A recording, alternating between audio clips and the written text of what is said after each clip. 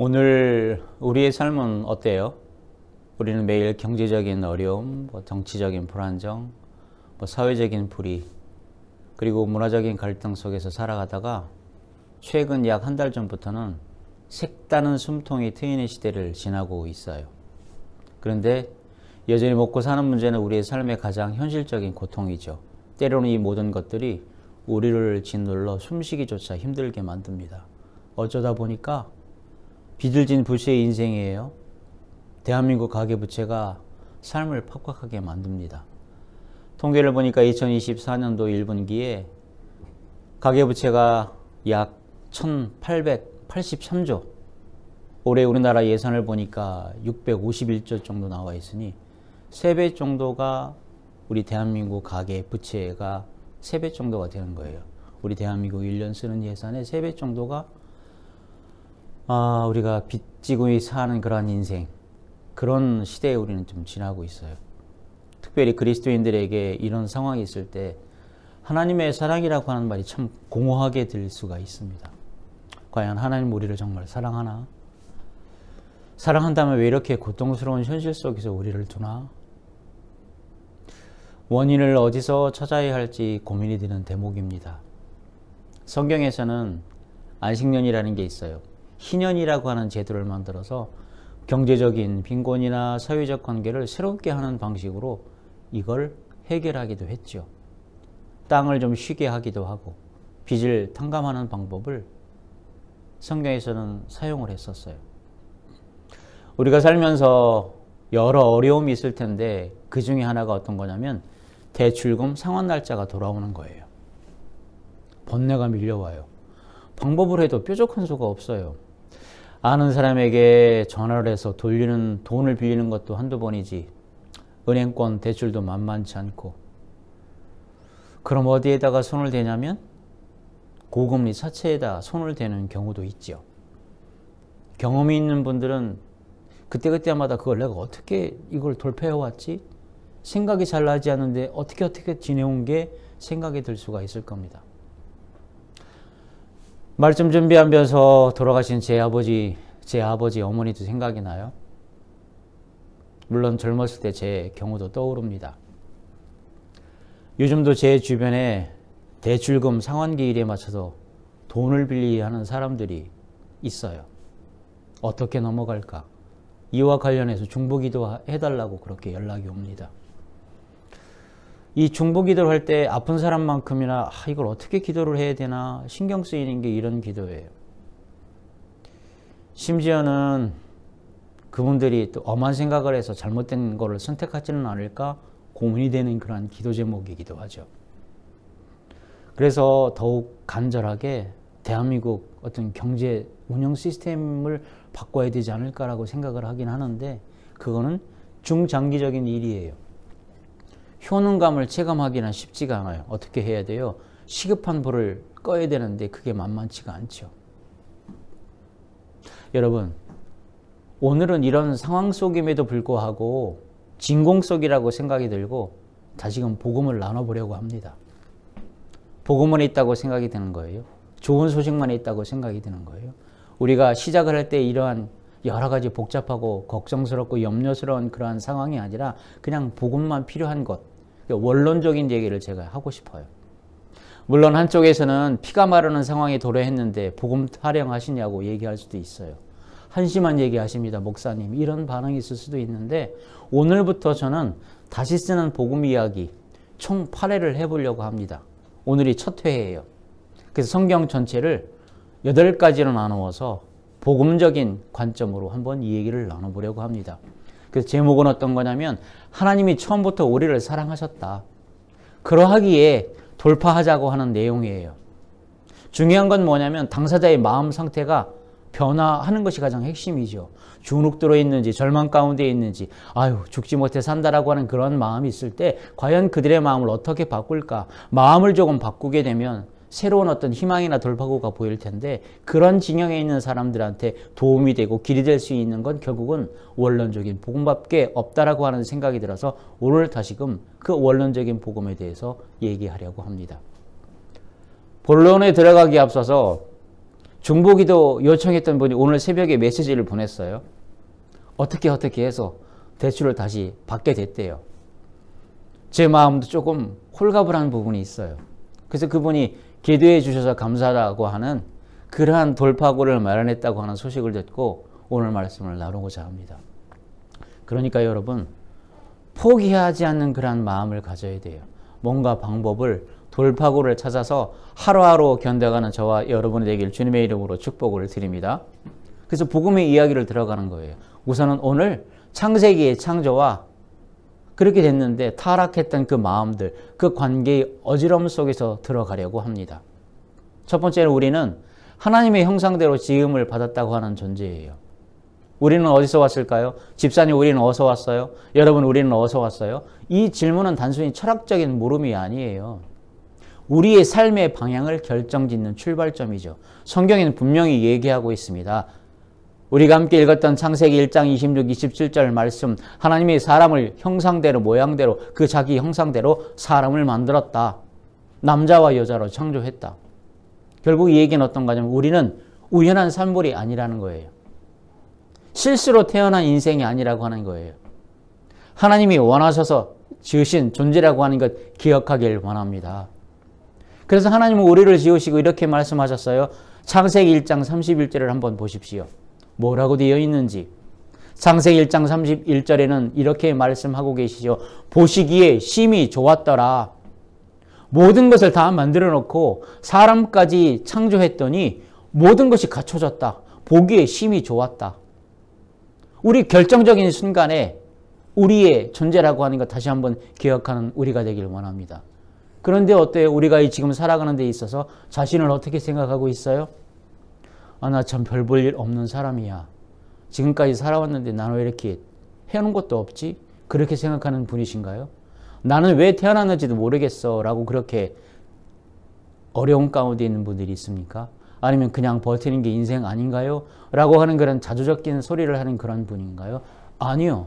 여러분은 아니에요. 여러분은 처음부터 저나 여러분, 우리들은 처음부터 하나님의 기쁨이었음을 기억하길 원합니다. 문제가 뭔지 아세요? 우리가 하나님을 떠났다는 거예요. 하나님이 도망간 것이 아니까 내가 떠나왔다고 하는 거예요. 그래서 창세기 3장으로 넘어가면 분위기가 확 바뀌어지죠. 아담이 나옵니다. 하와가 나옵니다. 아담이라고 하는 뜻은 무슨 뜻이에요? 사람이라고 하는 뜻이에요. 하와라고 하는 뜻은 무엇이에요? 이브라기도 하고 에바라고도 부르는 생명이라고 하는 뜻이에요. 아담과 하와를 붙이면 사람은 생명이다. 사람은 생명이다. 근데 이 아담과 하와가 하나님이 얘기했던 그 경계를 넘어버렸어요. 그 결과 성경에는 뭐라고 되어 있냐면 죄가 세상에 들어왔다. 이 말은 인간은 하나님과 단절된 존재가 되었다고 하는 말이죠. 그래서 풀어서 얘기하게 되면 죄에 대한 이해가 필요한 거예요. 죄는 단순히 나쁜 짓이 아니에요. 죄는 하나님 없이 살아가려고 하는 상태예요. 하나님 없어도 돼. 나 혼자 살 수 있다. 하나님께서 말씀하신 말을 듣지 않는다고 하는 거예요. 불순종, 불경청이 죄라고 하는 것. 하나님 없이 살아가려고 하는 그 상태가 죄임을 다시 한번 기억하는 우리가 되길 원합니다. 근데 그것이 지금 연장선상에 있어요. 열심히 살아도 허무해. 사랑을 받아도 공허해. 사람 속에서 치이며 살아. 인정받고 싶어 안달이 나는 그 이유. 이 모든 게 성경은 뭐라고 얘기하냐면 우리들이 하나님과 단절되어 있는 아픔 가운데 있다고 하는 거죠. 우리가 함께 읽었어요. 창세기 3장 9절을 읽었어요. 아담이 숨었을 때에, 사람이 숨었을 때에, 우리가 숨었을 때에 하나님은 아담에게 이렇게 부르셨죠. 아담아, 사람들아, 너 지금 어디 있니? 이 질문은 지금 이 자리에서 들려오고 있는 건 아닙니까? 말씀을 전하는 저나 듣고 있는 여러분이나 우리에게 묻죠. 우리 각자의 이름을 부르면서 하나님이 묻습니다. 너 지금 어디 있니? 내가 너를 창조했는데 왜 나를 떠나 숨어 있느냐 말이야. 그럼에도 불구하고 하나님의 사랑은 타락 이후에도 불경청해도 불순종해도 멈추지 않았어요. 무엇이? 하나님의 사랑이. 그 창세기 3장에는 심판이 있지만 동시에 은혜도 있음을 기억하는 저와 여러분이 되길 원합니다. 하나님은 아담과 하와를 위해서 가죽을 지어 입으셨다고 나와 있어요. 동산에서 추방을 하는데 가여워서 극렬해서 바깥에 나가면 추운 일들이 많으니까 가죽옷을 지어 입히셨다고 성경에는 기록되어 있죠. 이것은 두 가지 목적이 있어요. 부끄러움을 가려주셔요. 외면하지 않으신다고 하는 이 말씀을 다시 한번 굳게 믿고, 이런 가운데 있다면, 하나님을 떠난 그런 분들이 있다면 하나님의 이 마음을 다시 한번 기억하고 우리의 부끄러움도 가려주고 우리를 외면하지 않으신 이 하나님의 사랑을 기억하는 저와 여러분이 되길 원합니다. 이게 바로 복음의 시작이에요. 어려운 거 없어요. 복음은 이런 거구나. 부끄러움을 가려주는구나. 외면하지 않으시는구나. 하나님은 우리가 그분을 떠났을지라도 절대로 우리를 떠나지 않으십니다. 그리고 이 사랑은 어디에서 완성이 돼요? 십자가에서 완성이 되죠. 예수 그리스도, 그분이 우리 죄를 대신 지시고 다시 하나님께로 돌아갈 길을 열어주셨음을 기억하는 저와 여러분이 되길 원합니다. 중간 점검이 필요해요. 과연 나는 누구일까? 중간 점검. 세상은 끊임없이 우리에게도 말하지요. 당신은 이 정도 학력 갖고 있군요. 당신은 이 정도의 이력을 갖고 있습니다. 스펙이면, 이 정도 스펙이면 괜찮아요. 당신의 외모, 당신의 연봉, 당신께서 나름대로 유튜브를 하게 되면 팔로워 수, 와, 100만 명이 되네요. 10만 명이 되네요. 조금 더 하면 좋을 것 같아요. 이런 걸로 평가받는 그러한 시대 가운데서 복음은 말하고 있죠. 우리가 그게 아니라 하나님의 형상이라고 하는 거예요. 여전히 힘들어 있고 주눅들어 있고 절망 가운데 있지만 하나님은 지금도 나와 여러분, 우리를 찾고 있는 그러한 분임을 기억하길 원합니다. 그래서 뭐가 중요해요? 비교하면 안 된다고 하는 거예요. 그래서 우리가 함께 읽었어요. 요한복음 3장 16절. 우리가 함께 읽었어요. 우리에게 창조의 생명, 구원의 축복, 천국 기쁨을 보여주는 구절이 기록되어 있죠. 하나님의 세상을 이처럼 사랑하사 독생자를 주셨으니 이는 그를 믿는 자마다 멸망하지 않고 영생을 얻게 하려 하심이라. 너무나 잘 알고 있는 구절인데 그 다음 구절이 중요해요. 17절의 말씀이, 하나님이 그 아들을 세상에 보내신 것은 세상을 심판하려 하심이 아니에요.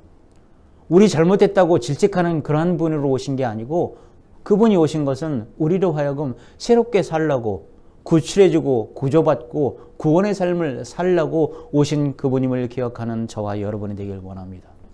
그러니 여러분, 지금 우리가 살고 있는 세상이, 대한민국이 혼란 속에 있지만 빛이신 주님이 있습니다. 생명과 사랑의 주님이 있습니다. 자유함이 한동안 없어질 것 같았지만 하나님의 인도하심으로 그 자유함을 찾은 대한민국, 여전히 우리 일상 속에 그러한 하나님을 믿고 살아가는 그러한 많은 사람들, 하나님이 그 성령으로 운행하고 있음을 믿고 기억하며 다시 한번 앞으로 나아가는 저와 여러분이 되기를 원합니다. 빛이 있는데요, 어둠을 품지 못하는 빛은 없어요. 우리의 절망을 품지 못하는 빛은 없지요. 우리의 어려움을 품지 못하는 빛은 없어요. 자녀가 힘든데 나몰라라 하는 부모님이 많이 있습니까? 오히려 성경에 기록된 대로 부모님이 자녀들을 손쓸 수 없을 적조차도 오히려 주님은 그 어머니보다도 아버지보다도 더욱더 그 자녀들을, 하나님의 백성을 보호하신다고 하는 말을 기억하길 원합니다. 그래서 복음은 어떤 거예요? 좋은 소식, 이야기를 넘어서 액션이에요. 복음은 행동이에요. 알고만 있는 게 아니에요. 믿는 것만이 아니에요. 행동하는 거죠. 그래서 요한복음 3장 20절에는 이렇게 기록되어 있죠. 악을 행하는 자는 빛을 미워한다고 얘기했어요. 왜냐하면 악인들은 빛으로 오지 않기 때문이지요. 왜요? 그 행위가 드러날까 봐. 그래서 요즘 텔레비전을 보게 되면 그 구절을 읽을 때마다 누가 생각나냐면, 정문으로 돌아가는 것을 피하고 지하 통로를 가겠다고 수작을 벌이는 것도 우리는 또한 보게도 되지요. 여러분, 우리는 숨는 사람들이 아니에요. 주눅들어서 자꾸자꾸 뒤로 움츠러드는 그런 사람들이 아니에요. 그렇다고 뻐기면서 앞줄에서는 그런 사람들도 아니에요. 어떤 사람들이에요? 우리 그리스도인들은, 복음의 사람들은 담담한 사람들이죠. 빛을 향해요. 겸손히 두 손을 모으는 사람들이에요. 진리를 따르는 이들이 어떤 행동을 하게 되면 빛이 올 때에 밝고 맑고 따뜻하게 맞이하는 그러한 품성의 사람임을 기억하길 원합니다. 그러니까 여러분, 우리가 하나님께 드리는 기도가 있어요. 말씀이 있어요. 묵상이 있어요. 찬양이 있어요. 신앙의 기본이긴 하죠. 우리의 영혼을 살찌우기도 합니다. 그렇지만 우리의 신앙은 어디에만 머물 수 없어요? 이 교회 안에만 머물 수가 없어요. 예배당 안에만 머물 수는 없어요. 왜냐하면 교회는 세상 가운데 있기 때문이니까요. 하나님이 우리를 처음부터 사랑하셨다고 하는 이 복음의 진리는 우리가 고통받는 이웃의 현실 속으로 들어가서 하나님의 사랑을 실천하도록 우리에게 촉구하고 있다고 하는 것 기억해야 할 줄로 믿습니다. 특히 연간 100만 명 정도에 달하는 사람들, 그 자영업자가 폐업하고 있는 이런 참담한 현실 앞에서 우리는 추상적인 위로를 넘어서 어떻게 하면 구체적으로 그들에게 다가가서 복음의 능력을 나눌까 고민해야 할 줄로 믿습니다. 왜냐하면 우리 그리스도인들은 하나님의 형상대로 모양대로 지음받은 귀한 존재이기 때문에 깨어진 관계를 어떻게 하면 회복시킬까, 그것이 이 시대에 우리 그리스도인들에게 부여된 과제임을 기억하는 저와 여러분이 되길 원합니다. 그래서 우리가 신문을 보면서, 주변을 보면서 과연 우리 그리스도인들로서 소상공인 보호를 어떤 방식으로 이 정부가 할까, 상생 정책을 어떻게 펼쳐낼까, 우리가 뉴스도 듣고 또한 지역의 가게를 바라볼 때에 과연 저들은 어떤 마음으로 어떤 생각 가운데서 살지, 그렇게 한번 눈여겨보고 틈나는 대로 자기만의 방식대로 주님께 그러한 중보기도하는 저와 여러분이 되길 원합니다. 또한 대한민국이 과연 사회 안전망 확충을 어떻게 만들어가고 있을까? 또한 최저임금은 어떻게 되나? 노동정책은 현실적으로 어떻게 되나? 왜냐하면 그리스도인들로서 이 시대에 살기에 있어서 과연 어떻게 참여해야 될지 고민해야 되는 그러한 시점에 와 있다고 하는 부분이죠. 가장 중요한 것, 관계를 파괴하는 이 사회를 어떻게 새롭게 만들어갈까? 우리 교회 안에 보게 되면 보통 교회가 100명 정도 나오는 교회가 있으면 여러 가지 가게를 하는 분들, 직장 다니는 분들이 있겠죠. 그러면 그 분들 가운데에서 이런 모임을 만들어 보는 것도 좋아요. 같은 직업군을 갖고 있는 사람들 모임을 갖고 저 분들은 어떻게 세상 속에서 사업을 하고 있고 장사를 하고 있을까? 정기적인 안부도 확인하게 되고 기도 모임도 갖고, 혹시 교회 내에 변호사가 있거나 세무사가 있거나 회계사가 있거나 어떤 전문가들이 있으면 서로 연락해서 어려울 때 법률적인 어떤 조언들, 세무 상담이나 경영 자문도 받을 수 있는 부분들을 교회 내에서도 할 수 있음을 또한 기억하는 저와 여러분이 되길 원합니다. 우리 대한민국이 갖고 있었던 예전의 품앗이 정신을 교회 안에서 한번 다시금 회복하는 것도 이 시대에 필요한 것은 아닐까 감히 제안해 보기도 하죠. 여러분, 오늘 우리는 이 어려운 가운데서 다시금 놓치지 말아야 될 것이 복음이라고 하는 것을 우리는 나눴습니다. 우리는 주님께서 새롭게 생명을 부여해 주시고 우리로 하여금 가깝게 우리 자신의 모습으로 살아가도록 그렇게 권고를 해 주셨지만, 우리는 하나님을 떠나고 우리의 생각대로 살려고 했을 때 하나님의 관계가 깨어졌음을 우리는 함께 나눴습니다.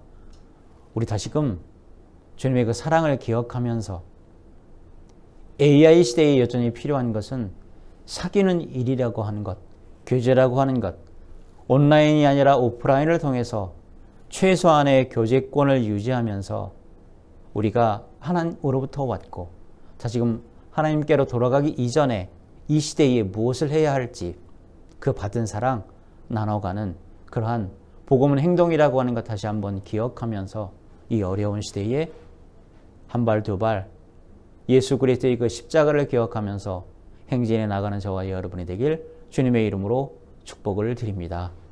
기도하겠습니다. 주님, 세상이 변하듯 하지만 특별히 변한 것은 없습니다.